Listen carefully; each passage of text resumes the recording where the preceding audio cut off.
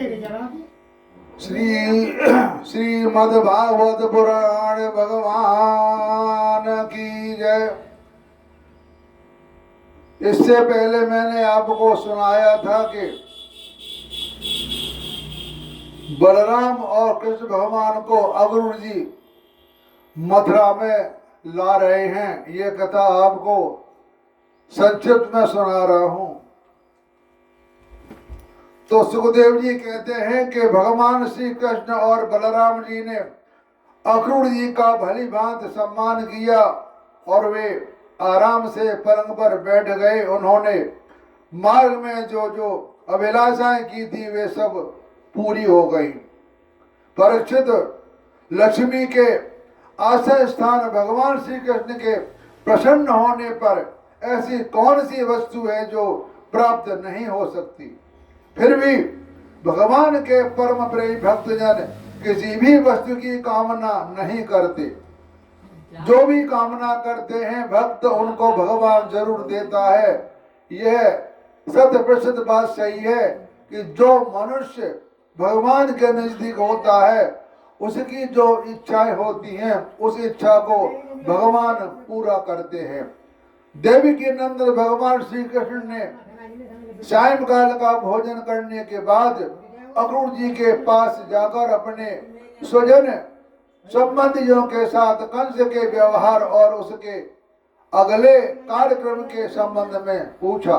भगवान श्री कृष्ण ने कहा कि चाचा जी, आपका हृदय बड़ा शुद्ध है, आपको यात्रा में कोई कष्ट तो नहीं।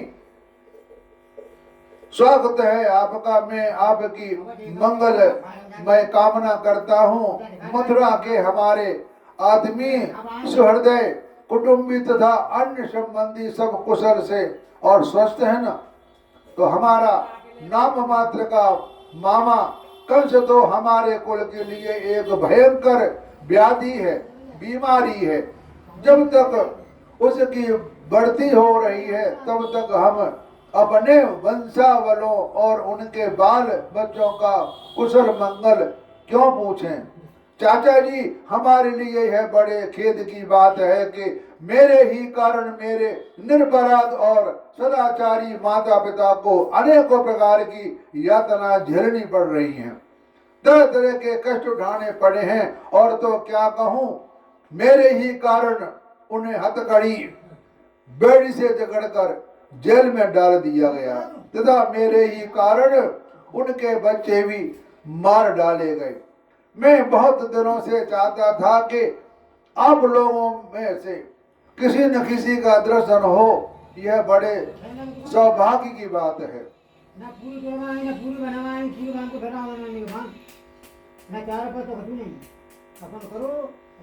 और मैं बहुत दिनों तक चाहता था कि आप लोगों से मेरे किसी न किसी दिन दर्शन हो और यह बड़े सौभाग्य की बात है कि आज मेरी ये अभिलाषा पूरी हो गई। सौम्य स्वभाव चाचा जी, अब आप कृपा करके यह बतलाइए कि आपका शुभागमन कैसे किस निमित्त हुआ है। तो सुखदेव जी कहते हैं कि परीक्षित, जब भगवान श्री कृष्ण ने अक्रूर जी के इस प्रकार प्रश्न किया तब उन्होंने बतलाया कि कंस तो सभी यदुवंशियों से घोर बैर ठान रखा है। वह वासुदेव जी को मार डालने का भी उद्यम कर चुका है और अक्रूर जी ने कंस का संदेश और जिस उद्देश्य उसने स्वयं अक्रूर जी ने को दूत बनाकर भेजा था और नारद जी ने जिस प्रकार वासुदेव जी के घर श्री कृष्ण के जन्म लेने का वृतांत उसको बता दिया था, सो सब वह सुनाया।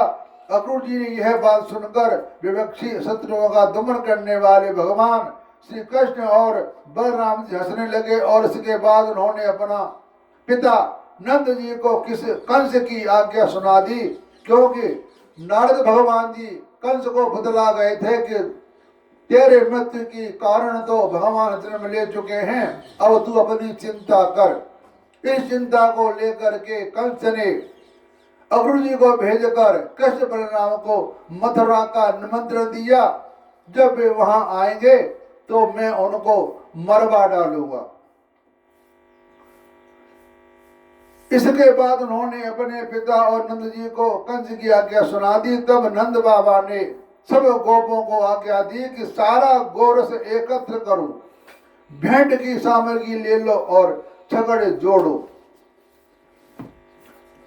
प्रातः काल होते ही सब मथुरा की यात्रा करेंगे और वहां चलकर राजा कंस को गोरस देंगे। वहां एक बहुत बड़ा उत्सव हो रहा है, उसे देखने के लिए देश की सारी प्रजा इकट्ठी हो रही है। माने वहां एक कंस बड़ा बहुत उत्सव मना रहा है, वहां सभी देश के लोग आएंगे और हम लोग भी उसको देखेंगे। तो नंद बाबा जी ने गांव के कोतवालों के द्वारा यह घोषणा सारे ब्रज में करवा दी। परीक्षित जब गोपियों ने सुना कि हमारे मनमोहन श्याम सुंदर और गौर सुंदर बलराम जी को मथुरा ले जाने के लिए अक्रूर जी ब्रज में आए हैं, तब उनके हृदय में बड़ी कष्ट हुआ, वे व्याकुल हो गई। भगवान श्री कृष्ण के मथुरा जाने की बात सुनते ही बहुतों के हृदय में ऐसी जलन हुई कि गर्म सांस चलने लगी, मुख कमल तुम्हारा गया और बहुतों से ऐसी दशा हुई कि वे इस प्रकार अचेत हो गई कि उन्हें खिसकी हुई ओढ़नी, गिरते हुए कंगन और ढील हुए जोड़ों तक का पता न रहा। भगवान के स्वरूप का ध्यान आते ही बहुत सी गोपियों की चित्तवृत्तियां सर्वथा निवृत्त हो गई, बेकार हो गई, मानो वे समाधि स्थित आत्मा में स्थिर हो गए हों और उन्हें अपने शरीर और संसार का कुछ भी ध्यान नहीं रहा। बहुत से गोपियों के सामने भगवान श्री कृष्ण का प्रेम, उनकी मंद मंद मुस्कान और हृदय को स्पर्श करने वाली विचित्र पदों से युक्त मधुर वाणी नाचने लगी। वे उसमें तल्लीन हो गई, मोहित हो गई। गोपियां मन ही मन भगवान की लटकीली चाल, भावभंगी, प्रेम भरी मुस्कान, चितवन, सारे सुख को मिटा देने वाली ठिठोलियां तथा उदारता भरी लीलाओं का चिंतन करने के लगी और उनके विरह के भय से कातर हो गई कि भगवान यहाँ से मथुरा जा रहे हैं, पता नहीं क्या होगा। उनको बड़ी चिंता हो गई। उनका हृदय और उनका जीवन सब कुछ भगवान के प्रति समर्पित था। उनकी आंखों से आंसू बह रहे थे। झुंड के झुंड इकट्ठी होकर इस प्रकार कहने लगी। गोपियों ने कहा, धन्य हो विधाता, तुम सब कुछ विधान तो करते हो, परंतु तुम्हारे हृदय में दया का लेस भी नहीं। पहले तो तुम सौहार्द और प्रेम से जगत के प्राणियों को एक दूसरे के साथ जोड़ देते हो, उन्हें आपस में एक कर देते हो, मिला देते हो, परंतु अभी उनका आशाभिलाषा पूर्ण भी नहीं हो पाती, वे तृप्त भी नहीं हो पाते कि तुम उन्हें व्यर्थ ही अलग अलग कर देते हो। सच है कि तुम्हारा यह खिलवाड़ बच्चों को खेल की तरह है। आप अपना खेल बनाते हो और जब आप खेल से ऊब जाते हो तो इस सब को हाथ से मिटा देते हो। यह कितने दुख की बात है विधाता, तुमने पहले हमें प्रेम का वितरण करने वाले श्याम सुंदर का मुख कमल दिखलाया। कितना सुंदर है वह, काले काले बाल, घुंघराले बाल कपोलों पर झलक रहे हैं। मरकत मणि से चिकने सुसिंद कपोल और तोते की चोंच की तरह सुंदर नासिका तथा अपराह्न मंद मंद मुस्कान की सुंदर रेखा है जो सारे शोकों को तत्क्षण भगा देते हैं। जिसकी तोते कैसी नाक होती है वह बड़ा सौभाग्यवान पुरुष होता है। तोते जैसी नाक, लंबे हाथ, छाती चौड़ी, यह एक सौभाग्यवान लक्षण है। तुमने एक बार तो हमें वह परम सुंदर मुख कमल दिखाया और अब उसे ही हमारी आंखों से ओझल कर रहे हो। सचमुच तुम्हारी यह करतूत बहुत ही अनुचित है, ठीक नहीं है। हम जानते हैं कि इसमें अक्रूर का दोष नहीं, यह तो साफ तुम्हारी क्रूरता है। कह रहे हैं इसमें दोष अक्रूर जी का नहीं है, यह सब तुम्हारी विधि बनाई लीला है। वास्तव में तुम ही अक्रूर के नाम से यहाँ आए हो और अपने ही दी हुई आंखें तुम हमसे मूर्ख की भांति छीन रहे हो। इनके द्वारा हम श्याम सुंदर के एक एक अंग में तुम्हारी सृष्टि का संपूर्ण सौंदर्य निहारती रहती थी। विधाता, तुम्हें ऐसा नहीं करना चाहिए। नंदन नंदन श्याम सुंदर को भी नए नए लोगों से नेह लगाने की चाट पड़ गई है। यानी कह रही हैं कि इस श्याम सुंदर को नए नए कामों की चाट पड़ गई है। देखो तो सही इनका सौहार्द, इनका प्रेम एक क्षण में ही कहाँ चला गया। हम तो अपने घर द्वार, स्वजन संबंधी, पति पुत्र आदि को छोड़कर इनकी दासी बनी और इन्हीं के लिए आज हमारा हृदय शोकातुर हो रहा है, सुख दुख हो रहा है। परंतु वे ऐसे ही कि हमारी ओर देखते तक नहीं। आज की यात्रा प्रातःकाल मथुरा की स्त्रियों के लिए निश्चय ही बड़ा मंगलमय होगा। जब वे भगवान श्री कृष्ण मथुरा में जाएंगे तो वहां की औरतों के लिए बड़ा अच्छा समय आ गया। आज उनकी बहुत दिनों की अभिलाषाएं अवश्य ही पूरी हो जाएंगी कि भगवान सबकी इच्छा को पूरा करते हैं। मथुरा में सभी लोग पापी नहीं थे, सिर्फ कंस ही था। तो कहते हैं कि आज उनका भाग्य जाग पड़ा है, जो कि आज भगवान श्री कृष्ण और बलराम जी का अपनी आंखों से दर्शन करेंगी और उनका लाभ उठाएंगी। जब हमारे ब्रजराज श्याम सुंदर अपनी तिरछी चितवन और मंद मंद मुस्कानों से युक्त मुखारबिंद का मादक मधु वितरण करते हुए मथुरा में प्रवेश करेंगे, तब वे उसका पान करके धन्य धन्य हो जाएंगे। यद्यपि हमारे श्याम सुंदर धैर्यवान होने के साथ ही नंद बाबा के आदि गुरुजनों की आज्ञा में रहते हैं, तथापि मथुरा की युवतियां अपने मधु के समान मधुर वचनों से इनका चित्त बरबस अपनी ओर खींच लेंगी और ये उनकी सलज्ज मुस्कान तथा विलासपूर्ण भावभंगी से वहीं रस जाएंगे, वहीं रम जाएंगे। गोपियां कह रही हैं कि अब भगवान हमारे मथुरा जा रहे हैं, अब ये वहीं जाकर के रम जाएंगे। फिर हम गांव का गंवार ग्वालियों के पास ये लौट कर क्यों आने लगे।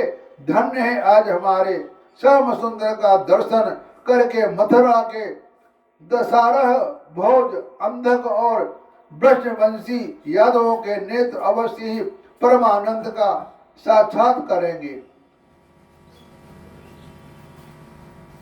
आज उनके यहाँ महान उत्सव होगा। साथ ही जो लोग यहाँ से मथुरा जाते हुए रमा रमण गुण सागर नटनागर देवकी नंदन श्याम सुंदर का मार्ग में दर्शन करेंगे, यानी जो मथुरा में यादव लोग रहते थे वह ब्रजवंशी के थे और वे भी निहाल हो जाएंगे।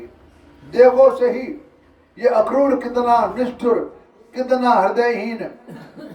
इधर तो हम गोपियां इतने दुखित हो रहे हैं कि यह हमारे परम प्रियतम नंदुलारे श्याम सुंदर को हमारी आंखों से ओझल करके बहुत दूर ले जाना चाहते हैं और दो बात कहकर हमें धीरज भी नहीं बंधाता, आश्वासन भी नहीं देता। सचमुच ऐसे अत्यंत क्रूर पुरुष का अक्रूर नाम नहीं होना चाहिए था। यह सखी हमारे ये श्याम सुंदर भी कम निडर नहीं है। देखो देखो तो सही, वे भी रथ पर बैठ गए और मतवाले गोपगढ़ छकड़ों के द्वारा उनके साथ जाने के लिए कितनी जल्दी मचा रहे हैं। सचमुच ये मूर्ख है और हमारे बड़े बूढ़े उन्होंने तो इन लोगों की जल्दबाजी देखकर उपेक्षा कर दी कि आज जो मन में आवे करे, अब हम क्या करें। आज विधाता सर्वदा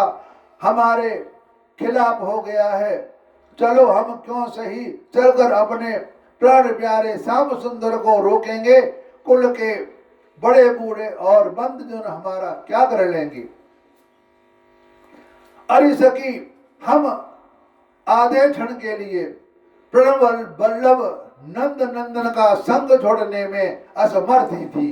आज हमारे दुर्भाग्य से हमारे सामने उनका वियोग उपस्थित करके हमारे चित्त को विनष्ट एवं व्याकुल कर दिया है। सखियों, जिनकी प्रेम भरी मनोहर मुस्कान, रहस्य की मीठी मीठी बातें, विलासपूर्ण चितवन और प्रेम आलिंगन से हमारे रास लीला की वे रात्रियां जो बहुत विशाल थी, एक क्षण के समान बिता दी थी।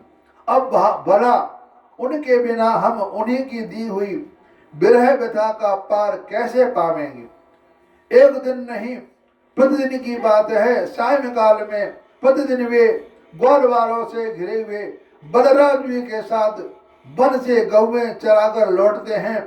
उनकी काली काली घुंघराली अलकें और गोलों गले के पुष्पहार गौवें के खुर की रज से ढके रहते हैं। वे बांसुरी बजाते हुए अपनी मंद मंद मुस्कान और तिरछी चितवन से देख देख कर हमारे हृदय को बेध डालते हैं। उनके बिना भला हम कैसे जी सकेंगे। तो सुखदेव जी कहते हैं कि परीक्षित, गोपियां वाणी से तो इस प्रकार कह रही थी, परंतु उनका एक एक मनोभाव भगवान श्री कृष्ण का स्पर्श उनका आलिंगन कर रहा था। वे विरह की संभावनाओं से अत्यंत व्याकुल हो गई और लाल छोड़कर हे गोविंद, हे दामोदर, हे माधव, इस प्रकार ऊंची आवाज से पुकार पुकार कर सुललित सुर से रोने लगी। गोपियां इस प्रकार रो रही थी। रोते रोते सारी रात बीत गई। सूर्योदय हुआ। अक्रूर जी संध्या बंदन आदि नित्य कर्मों से निवृत्त होकर रथ पर सवार हुए और उसे हाँक ले गए।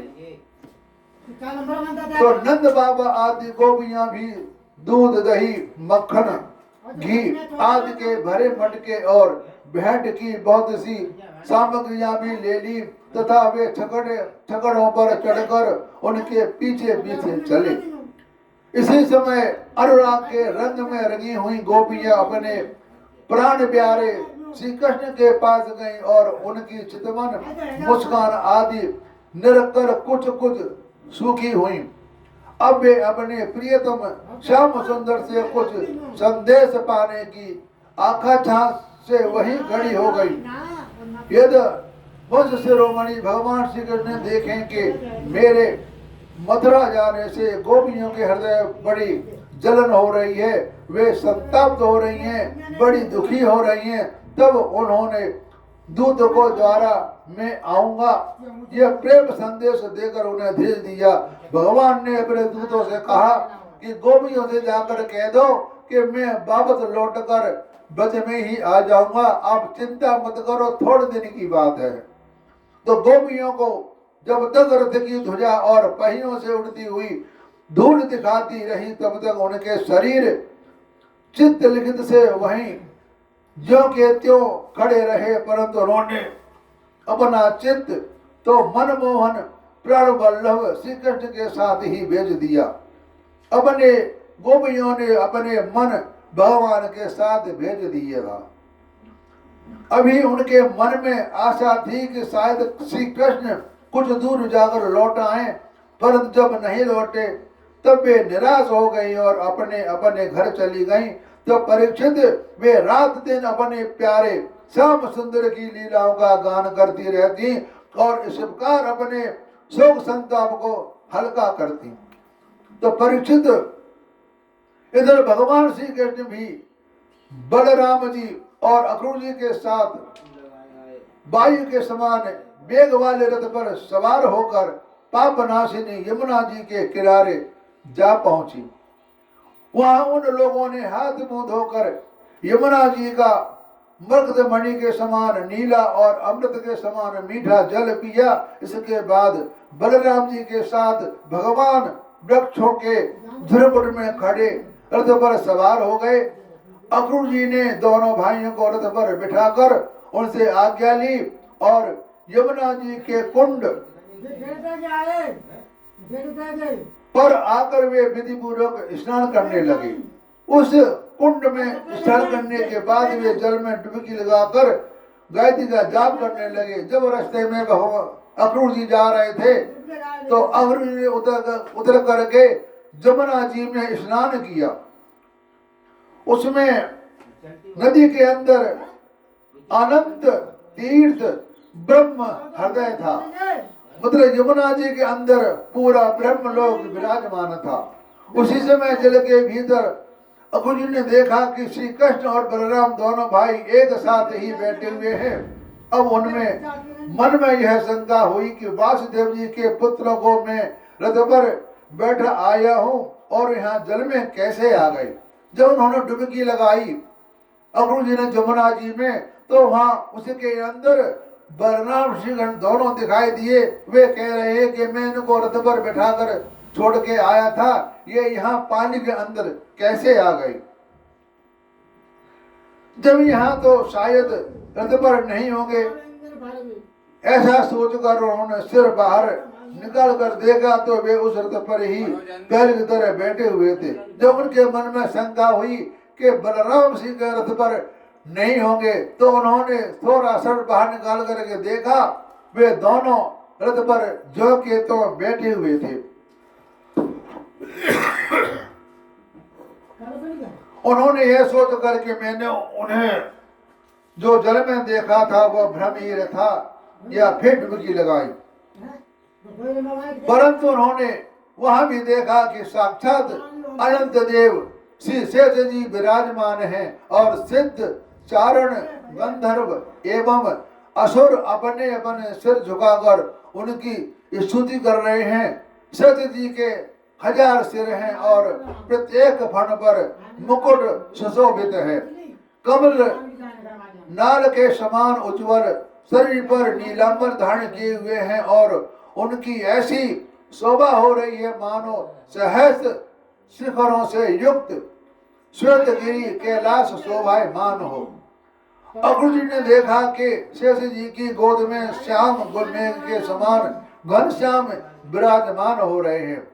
वो रेशमी पीताम्बर पहने हुए हैं और बड़ी ही शांत चतुर्भुज मूर्ति है और कमल के रक्त दल के समान रत्नारे नेत्र हैं। उनका बंधन बड़ा ही मनोहर और प्रसन्नता का सदन है।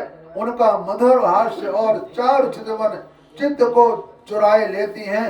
बाहें सुंदर और नासिका अत्यंत ऊंची तथा बड़ी ही सुगढ़ हैं। सुंदर कान कपोल और लाल लाल अधरों की छटा निराली ही है।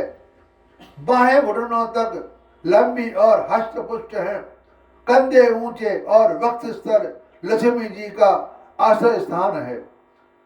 संघ के समान उतार चढ़ाव वाला सुडौल गला, गहरी नाभि और त्रिवलोकी उदर पीपल के पत्ते के समान शोभायमान है। जिसकी नाभि यानी पेट में जो टूड़ी होती है वो गहरी होती है तो वह बहुत शुभ मानी जाती है, क्योंकि भगवान की नाभि अंदर बहुत गहरी थी। स्थूल कट प्रदेश और नितंब हाथी की सूंड के समान जांघें, सुंदर घुटने एवं पिंडलियां, एड़ी के ऊपर की गांठ उभरी हुई है और लाल लाल नखों से दिव्य ज्योतिर्मय किरण फैल रही हैं। यह एक महान पुरुष की के बारे में बता रहे हैं कि उसके शरीर का चिन्ह कैसे क्या होना चाहिए। इस बात को आप ध्यान से सुनते रहना कि मैं क्या क्या बातें बता रही हूँ। यह एक शुभ पुरुष के लक्षण होते हैं।